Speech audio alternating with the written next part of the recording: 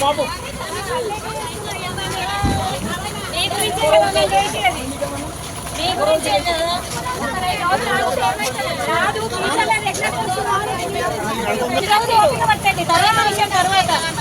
కనీసం మాకన్నా కదా ఇప్పుడు మేము దగ్గర కదా మీకు మీ కొరకు కదా మీరు బయట వచ్చేది అన్న ఇంటికాడ బాగా పని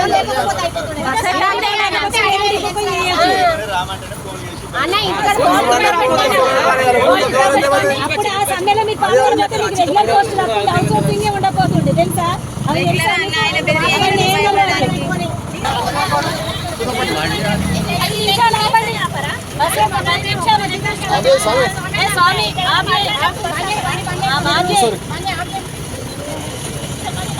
మనమంతా ఒకటి ఆ మేనేజ్మెంట్ అంతా వేరే ఉంటుంది మీకు అర్థం కాదు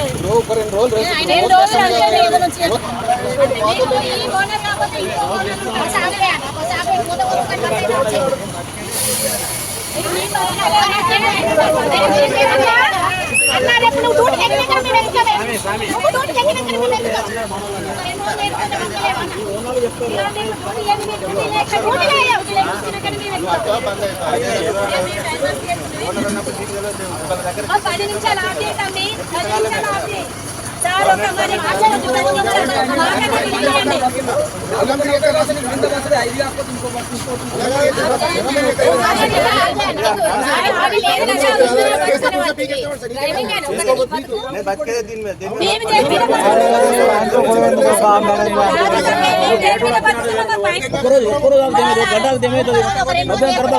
ఏమైతుంది ఏం బస్సు కాకపోతే ఇంకో బస్సు లేదా నీకు అంతా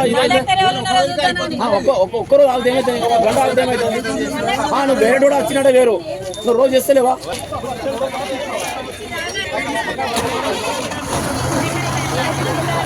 లేరా లేరా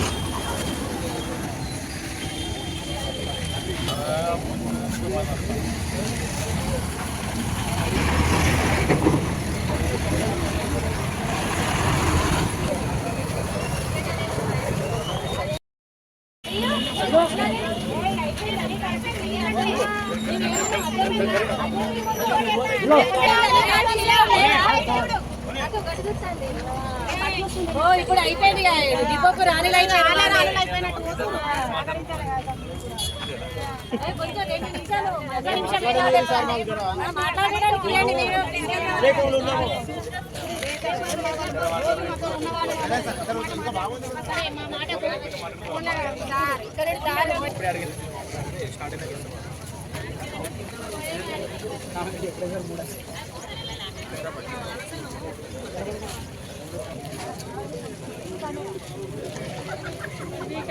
రెండు గంటలు కొనుక్కోరా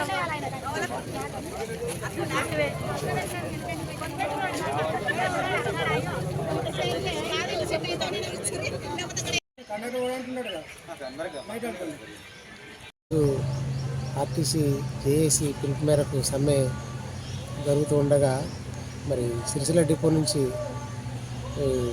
ఎలాంటి ఇబ్బంది లేకుండా అన్ని బస్సులు తిప్పడానికి ప్రయత్నం చేస్తున్నాం. ఇప్పటివరకు కూడా ఒక 12 బస్సులు పంపించినాము.